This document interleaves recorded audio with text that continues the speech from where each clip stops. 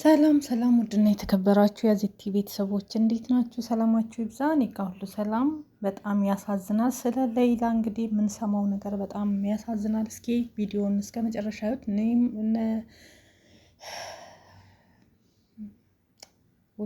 በጣም ነው ልቤን የሰበረችው። እሺ ሌይላ ሙርሰቦ ይሄ ሁሉ ገንዘብ ወጥቶ በቃ ሞታለች ግደሏት በሉ እያሉ ናቸው ያሉት እና በጣም ነው የሚያሳዝን። እስኪ ቪዲዮውን አብራችሁ ስሙና እባካችሁ ድምጽ እንሆናት እንጩህ እስኪ ሁላችንም ለዚች ልጅ ነበር ማለት ነው። ልጆቹን አሉ ልጆች፣ የኦሮሞ ልጆች፣ የአማራ ልጆች፣ የኢትዮጵያ ብሔረሰቦች ልጆች አሁን እዛ ድምጻቸውን የቀዳሁትን ላሰማሽ እችላለሁ።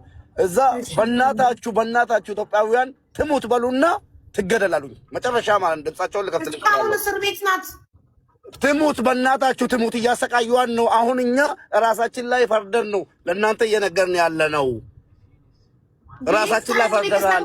የተሰበሰበው 1 ሚሊዮን ሪያልስ ተከፍሎላታል። የሚጠይቃት ስላጣች እንደፈለጉ እየተጫወቱባት እስር ቤት ውስጥ ወይ አልገሏትም እያለቀሱ ማለት ድምጻቸውን ልከፍትልሽ እችላለሁ። አሁን ከፈቃደኛ ከሆንሽ ልክፈትልሽና ከዛ ነገ ደግሞ ይዤልሽ እመጣለሁ። እነሱን ሲደውሉልኝ መደወል እንጂ ካርድ ሰጥቻቸው ከዛ ይደውሉልኛል። ገባሽ? ያለውን ችግር ነግሮኛል።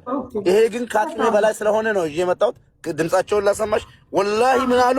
በእናትህ ሙባረክ፣ በእናትህ ትገደል ብላችሁ ድምጹን ሁላት ነው አሉ። በቃ ትገደል። ያው አሁን አንተ ማለት ነው የኛ ፓርቲዎችም ከደወልክላቸው እሺ ልጅቱ አራት እንደሞተች ነው የሚቆጠረው። ግን እኛ ከዚህ መደወል የለብን። ደወሉ ብላችሁ እንዳትናገሩ። እዛ ፓርቲዎች ማሁን መልሼ እደውላቸዋለሁኝ። ከዚህ ለእናንተ ከነገረን እኛ ኤርፖርት ካወጣን እኛ ከእስር ቤት አይወጡንም። ሙዲሩ መጥቶ ማን ነው የደወለው ባንቴ ጋር ብሎ ወስዶ ሌላ ቦታ ያስረንና እንቅስቃሴ ወረቀታችን የሚያንቀሳቅሱትም ከዚህ ከእስር ቤት የማያወጡ ነው። ባንቴዎች ምንድነው ማድረግ ያለባቸው? አሁን ባንቴዎች ሌላ ባለፈው 7 ዓመት ልጅ ገደለች የተባለችውን አገረን እሺ ብር ተከፍሏል አይደለም እንዴ? ምን ነው? ተከፍሏል። እሺ አሁን ያለችበት ሁኔታ እንዴት ነው? ያለችበት ሁኔታ ሞታለች ብለህ መፍታት ትችላለህ። አሁን ነዳፋዎች ሄደው አጥርተዋት ሲመጡ አይኗ አይገለጥም፣ ጥርሷ ገጥቷል። ይሄ ማጠሯ ምናምን ወጥቶ አጥንቷ በብርድ ውስጥ ቅልልልል ብላ ሞታለች። ሸታ አጣጥዋት መጡ እነሱ ማለት ነው።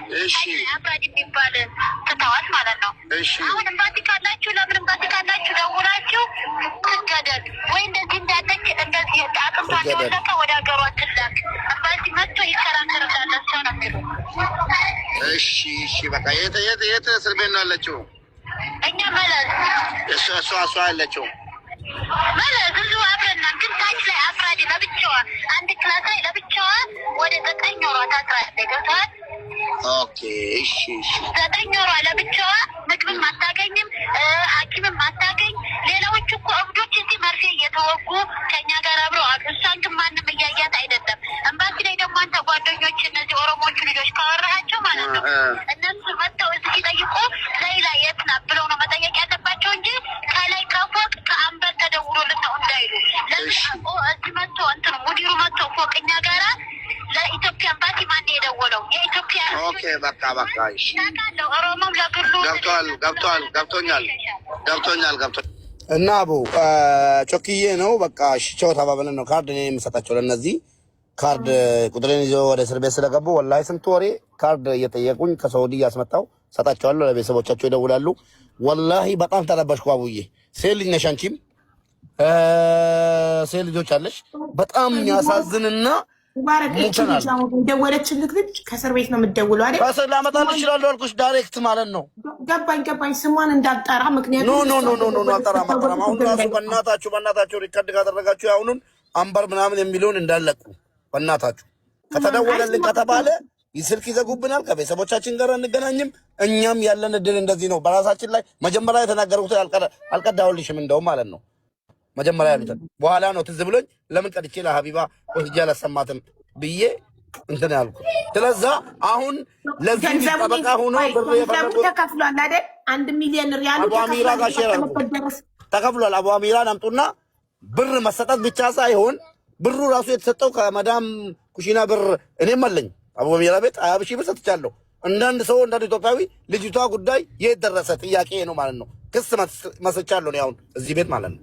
ወላሂ ሲጀመር ያዋጣ ብቻ አይደለም የመጠየቂያ መብት ያለው ማንኛውም ያላዋጣም ሰው ጠይቅልና በእርዳታው ለታብታብ ያደረገም ሼር ያደረገም እርዳታው ሲካሄድ ባይኑ ያየ ሁሉ የመጠየቅ መብት አለው። 1 ሚሊዮን ሪያል የሳውዲ ሪያል ማለት እኮ በኢትዮጵያ 50 ሚሊዮን ነው። የአንዲት ኢትዮጵያ እህታችንን ነፍስ ለማዳን ከግድያ ለማዳን ካሳ ክፈይ የተባለችውን ሙሉ የኢትዮጵያ ሕዝብ አዋጥቶ ተከፈለ። ገንዘቡ ከተከፈለ ልጅቷ ለምንድን ነው እስከዛሬ እንዴ? ከተከፈለ ራሱ እኮ አመት ከምናምን ነው ማለት ከዚህች ቀድሞ የተናገሩት ረበሹኝ ሀቢባ እኔ ለማሽቃበጥ አይደለም። ወረበል ካባ በሰላም አያሳድረኝ። ውስጤ ተረብሻል። በቃ እኔ ደግሞ ውስጤ ከተነካ ሳምንቱን ሙሉ በቃ እንደ ሰው ራሱ አላወራም። ለምን የሚዘገንን ነገር ነው የተናገሩት። ማጽና ወጥ ምናምን እንደዚህ ሆና በእናትህ ሙባረክ እንደዚህ አሉኝ እኮ በእናትህ አይተንሃል አሉኝ። አዋሚራ ገስት ላይ እርዳታ ስታስደርግ ከአዋሚራ ጋር አይተንሃል እንድትሞት ድምፁን ሁላት በእናትህ ብላ ስታለቅስ አንዷ ወላሂ ውስጥ የተረበሸ እያንዳንዱን ደረሰኝ ይልክልሻል እኮ። አሁን ወንድም ካሊድ ጋር ነው ያለው እንዳለ ዶክመንት፣ እሱን ያስገባንበትን እንቅልፋተን እሱን እንልክልሻለን። ምንም ችግር የለውም። ቤተሰቧም ይነግርሻል። እዛ ገባ የሚባለው በኮንፊደንስ ኤምባሲውን መጠየቅ እንችላለን። ይህ ገንዘብ ኤምባሲው ለሟች ቤተሰቦች አስገብቻለሁ ብሎ ደግሞ ኤምባሲው ደግሞ እሱን ነው የምልሽ። እሱን ይነግርሻል። ለዚህ ነው ቅድም ያልኩሽ ይህንን ጉዳይ እዛ ያሉት ኮሚቴዎች አስገብተናል የሚለውም ኤምባሲም የኢትዮጵያ ኤምባሲም እያንዳንዱን የገባበትን ነገር መጥቶ እንዲነግረን እነሱም መጥራት ያልኩሽ ለዛ ነው። ሶሉሽን እየፈለግኩ ያለሁት ቤተሰቡ አለ፣ ዋናው የጉዳዩ ባለቤት፣ ከዛን ኤምባሲው አለ፣ የተከፈላቸው ሰዎች ደግሞ አለ፣ ይህንን ያስተባበሩት ኮሚቴዎቹ ሳውዲ ያሉት ደግሞ አሉ። ምን ደረሳችሁ፣ እንዴት ነው የሷ ጉዳይ የሚለውን ነገር መጠየቅ እነሱን ጋር ነው መልሱ ያለው ማለት ነው። እንዲህ ነው። ምክንያቱም እየሄዱ እየተከታተሏት ቼክ እያደረጓት ያሉት እነሱ ናቸው። እኛ አይደለንም። እኛ አስተባስበን ጨርሰናል። ስለዚህ አሁን ጉዳዩ መሆን ያለበት ልጅቷ እያመማት እንደሆነ ይታወቃል። እያመማት ያንን ነገር እስክትሞት ነው የምትጠብቁት ብለን ላይቡን ልልክልሽ እችላለሁ። ምን አይነት ነገር ጮኸን እየተናገረን እንደነበረ ማለት ነው። ላይቭ ላይ ጠርተን እስክትሞት ነው ወይ እቃ መወርወር ጀምራለች? አዎ እቃ መወርወር የጀመረችው አይምሮዋን እያመማት ስለሆነ ነው። አይምሮዋን እያመማት ስለሆነ ለብቻ አድርገዋታል። ሌላውን ሰው አታክ እንዳታረግ ለብቻ አይምሮዋን ስታ እንደገና እጅና እግሯ ታስሯል እኮ ለብቻ አድርገዋት ነበረው። ከዛን በኋላ እስር ቤት ቀየሯት። እስር ቤት ቀየሯት ከዋናው ፍቃድ እድሜዋን እንትን ስለተፈቀደላት ኦልሬዲ ሌላ እስር ቤት ሆና 3 ወሯን ጨርሳ እስክትወጣ ሌላ ቦታ እንድትሆን ደግሞ ወደነበረብችበት ተደርጓል። የምንጠብቀው አንድ ደብዳቤ ነው። ያንን ደብዳቤ ከዋናው ከኢላሞቹ ልጅ ሪሊዝ ትደረግ ተብሎ ሲመጣ ትሄዳለች። ዲፖርት ነው የምትደረገው። ስለዚህ ይህንን ጉዳይ ይዞ እንትን የሚለውን ሰው ስልኩንም እልክልሻለሁ፣ ታናግሪዋለሽ። ከዛን ውጭ ይሄን ፕሮሰሱ ምን ላይ ነው የሚለውን ነገር ዛሬ ነገ ሳይባል ያልኩሽ ሰዎች ናቸው። በቃ አሁን ይሄ ብዙ ዓመት የተለፋበት ስለሆነ ሶሉሽኑ ያለው ቤተሰቦቿ አሉ የሚመለከታቸው። እነሱን ስልካቸውን ልክልሻለሁ፣ ይመጣሉ። ብሩ ምን ያህል ገባ ምን ያህል ተላከ የሚለውን ከራሳቸው አካውንት ስለሆነ እየወጣ በከፈቱት የተላከው እሱን እነሱ ይነግሩሻል። ከኢትዮጵያ ወደ እንትን የኢትዮጵያ ንግድ ባንክ የላከበትን ዶክመንት ደግሞ አሁን በውስጥ ይልክልሻል። እዛ መድረሱን ደግሞ አምነው ኦልሬዲ ብሩ ትራንስፈር የተደረገበትን ዶክመንት ደግሞ ኤምባሲው ደግሞ መጥቶ ይነግርሻል ማለት ነው። ከከፈሉ በኋላ ምንድን ያለው ፕሮሰስ የሚለውን ኤምባሲውና እዛ ተወክለው ይህንን ጉዳይ የያዙት ሰዎች ያብራሩልናል። ሶሉሽን ይገኛል ማለት ነው። ስለዚህ ይሄ ድምፅ መሆኑን ጠልቼው አይደለም። ይሄ ይዛቸው የመጣችሁት ነገር ሙባረክም ይህንን ሀሳብ ሰምቶ ያችን ልጅም ያደረገችው ነገር እንደ አንድ ኢትዮጵያ የእኔም ጥያቄ ነው። እኔም ነው የምጠይቀው። ከከፈሉ ተሰበሰበና ከገባ ዋይኖት ልጅቷ እስክትሞት ነው ወይ ብሩን የሰበሰብ ነው? ይሄ ነው የኛም የቲም ሌላም ጥያቄ። ግልጽ እንዲሆንላችሁ ነው። አብረን ነው የምንጠይቀው። የትም እንትን የሚል ነገር የለም። ሁሉም ነገር ግልጽ ሆኖ መጠየቅ አለበት። ይሄ ፈርተን ወደኋላ ብለን ሳይሆን ጠይቀን እንዳትተዉት እያለን ያለ ነው። እኛም ከአቅማችን በላይ ሆኖ የዛሬ ወር ብዙ እየታገልን ስለሆነ ነው። ስለዚህ ይህንን ነው ልልሽ የምችለው። ሀቡ አመሰግናለሁ። እኛም እናመሰግናለን ተስብሽ። አሁን መሐመድ አንድ የደረሰኙን እየጠበቅኩ ነው። እልክልሻለሁ። ይኸው እየላኩልሽ ነው በኢንቦክስ። በምንድን ነው የምትልክልኝ? ኢንቦክስ። ቆይ ኢንቦክስ የማየት አልችልም። እዚሁ ላይ ብለውኝ። እሺ ዋትሳፕ ቁጥር ልላክልሽ እና በሱ ልክልሽ። እሺ ትነግረኛለህ እዚህ ጋር? ያው እየጻፍኩልሽ በኢንቦክስ ነው እየጻፍክልኝ ያለ ጋር። እሺ 0913 ቆይ አንዴ። እሺ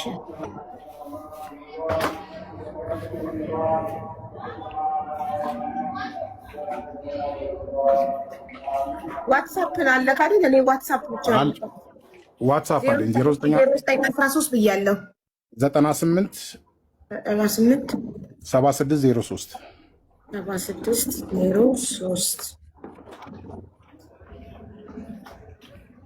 አሁን እልክልሻለሁ።